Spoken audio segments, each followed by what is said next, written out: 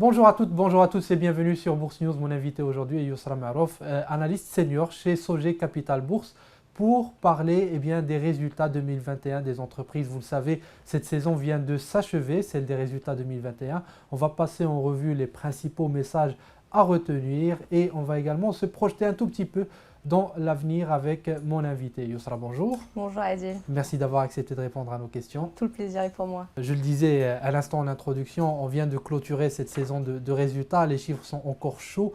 Quels sont les principaux peut-être messages à retenir de ces publications?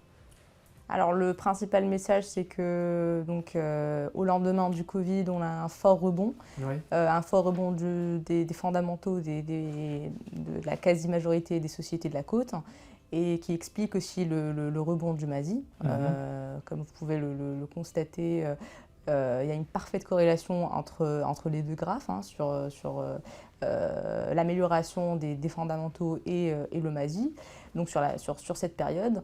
Ça s'est vu aussi bien sur les revenus, donc sur l'activité, donc le chiffre d'affaires, que sur la rentabilité financière, sur les marges ou la rentabilité financière.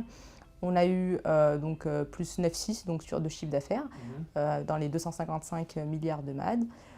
Au niveau de la marge opérationnelle, donc on a une amélioration de cette marge qui s'était creusée pendant la crise, et c'était principalement le fait des financières, donc que ce soit des bancaires, des sociétés financières ou des assurances. Et là, qui se sont très bien rattrapés. Voilà, qui ont vu leur coût du risque augmenter significativement.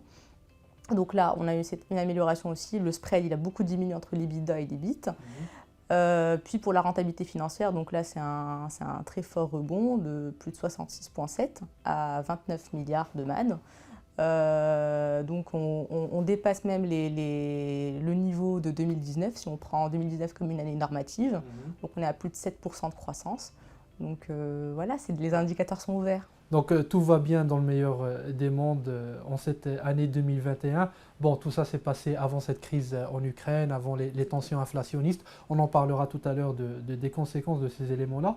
Est-ce que dans cette série de publications, est-ce qu'il y a des surprises que vous avez retenues dans les chiffres des entreprises? Alors les surprises, c'était plus sur le T4 2021. On a eu certaines valeurs qui ont affiché de la croissance jusqu'au T4. Et sur le T4, elles ont moins bien performé, on va dire. Je pense notamment au groupe Doha, par exemple. Donc, où il y a eu un problème de décalage de la production et de la livraison au Maroc en particulier. Mais il y a eu un effet de rattrapage avec les filiales en Afrique de l'Ouest, donc qui commence à peser maintenant dans le mix, dans le breakdown du chiffre d'affaires et de la rentabilité aussi. Ça a été le cas aussi pour les sociétés de distribution, donc Auto, Autonjma, Naql, qui ont été lourdement impactés aussi par la perturbation de la production mondiale, qui est liée donc à une problématique mondiale, la pénurie des semi-conducteurs. Voilà, grosso modo, c'est un peu les deux principaux secteurs qui ont été, les valeurs qui ont moins bien performé, on va dire. Mais après, il y a eu beaucoup de bonnes surprises. Alors, lesquelles, par exemple? Alors, lesquelles? Par exemple, les bancaires. Donc, il y a eu un fort rebond qui est même plus important que le rebond, on va dire, économique, tant au niveau national qu'à l'international. Une amélioration du coût du risque très significative. Après, c'est vrai qu'on a eu une année 2020, avec un effet de base qui est lié au don Covid, donc ce qui explique un peu ce rebond au niveau de la rentabilité, par exemple, qui a été de plus de 90%. Toutefois, même sur si on prend par ligne de métier, donc il y a eu vraiment une très belle performance qui est liée justement à cette diversification du portefeuille, aussi bien tant sur le niveau géographiquement que en termes de ligne de métier. Très bien. Alors, de très bonnes réalisations en somme pour cette année 2021. Est-ce que vous pensez que ces résultats sont déjà intégrés dans les cours? Alors, une grande partie parce que le marché il est très réactif, donc on le voit d'ailleurs sur le graphe entre le MASI et... C'est impressionnant ce graphe. C'est assez, oui. Donc après, les drivers de croissance ils demeurent parce que on a des valeurs, par exemple Managem aussi qui a fait une très belle année 2021, Marsa Maroc, Aradi Capital, il y a plusieurs valeurs qui ont profité un peu, si vous voulez, qui ont tiré profit de la crise, parce que pour Managem, l'envolée des cours, c'est un peu, si vous voulez, le revers de la médaille d'une crise économique. On s'adresse, on se rue vers les valeurs refuges, notamment l'or, donc les valeurs aussi, comme Total par exemple. Donc maintenant, ça a été déjà le cas, surtout sur l'année 2022 avec la guerre en Ukraine, comme vous l'avez évoqué. Donc là, on s'attend encore à ce que cette valeur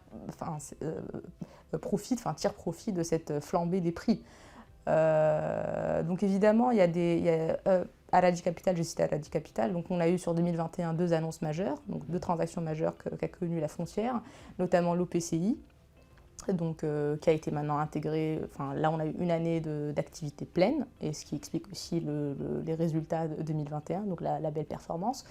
Mais il y a la JV Santé aussi, donc, dont les retombées sur les indicateurs ne se feront sentir que sur l'année 2022. Très bien. Et ce sont donc des entreprises peut-être qui gardent un peu de potentiel sur le marché, vous le pensez? Exactement. Je pense aussi à Marsa Maroc, par exemple.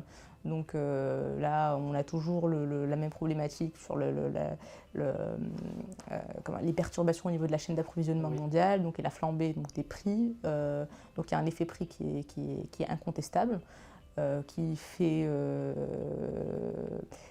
impacte positivement les résultats de l'opérateur. Toujours Managem. Voilà quoi. Très bien. Maintenant sur les perspectives de résultats pour cette année 2022, je sais que cet exercice est extrêmement périlleux, difficile, personne n'a de la visibilité sur ce qui va se passer, même sur les semaines à venir, mais qu'est-ce qu'on peut dire, quelles sont les grandes lignes à retenir sur les perspectives de cette année? Alors comme vous l'avez dit, l'année 2022 vient avec son lot d'incertitudes. Oui. Que ce soit la pression inflationniste, la guerre en Ukraine, au Maroc c'est combiné à la sécheresse. Donc si on voit par exemple les dernières annonces on va dire officielles de Banque El Maghreb, en termes de croissance, on a revu la croissance de 2,6 à 0,7.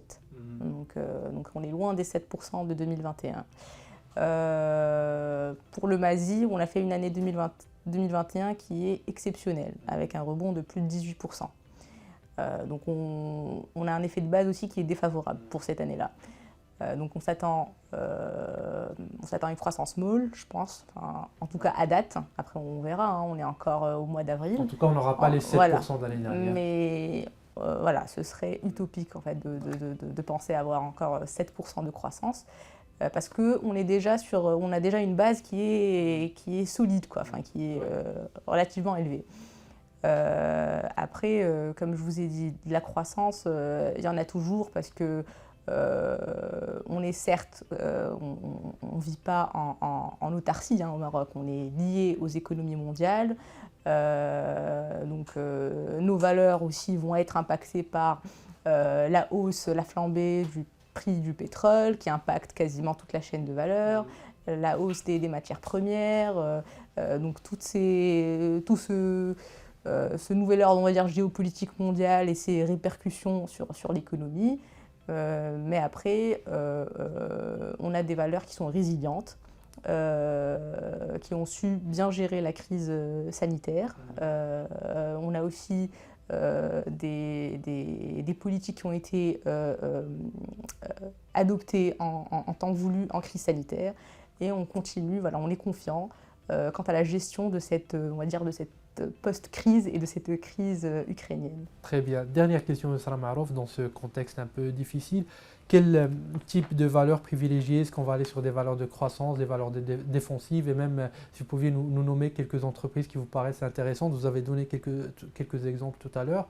Mais quelle stratégie adopter dans ce contexte? Dans ce contexte, on va adopter une stratégie beaucoup plus conservatrice. Donc, on ira plus sur des valeurs de rendement, donc, qui offrent un dividend yield intéressant par rapport à leur cours sur le marché, donc la RPE. Moi, j'irai sur des valeurs comme Ciment du Maroc, par exemple, qui est une valeur qui a une trésorerie excédentaire de longue date, quoi. Historiquement, elle a une trésorerie excédentaire et qui distribue beaucoup, avec un PE qui est en deçà du niveau du marché. Donc Je pense aussi à des valeurs comme SBM, par exemple. On n'est plus sur forcément les grosses capis, on est sur du mid-cap. Oui. Des valeurs bancaires comme CIH, qui marque un PE très très intéressant, et un dividend yield au-dessus qui avoisine les 5%. On a aussi les valeurs de fonds de portefeuille, ce qu'on appelle des valeurs de fonds de portefeuille, donc la valeur sûre. Là, Maroc Télécom, les bancaires, Tijari, BOA, BCP. Voilà, des valeurs défensives donc, qui sont liées à des secteurs défensifs. Donc les valeurs de l'agro, Taqa. Très bien, donc en attendant d'y voir un peu plus clair, bien privilégier voilà. les valeurs défensives. Merci Yousra Maarouf pour ce tour d'horizon. Je rappelle que vous êtes analyste senior chez Sogei Capital Bourse. Merci beaucoup pour cette invitation Adil et au plaisir de vous retrouver une prochaine fois. Merci, à bientôt. Merci, au revoir.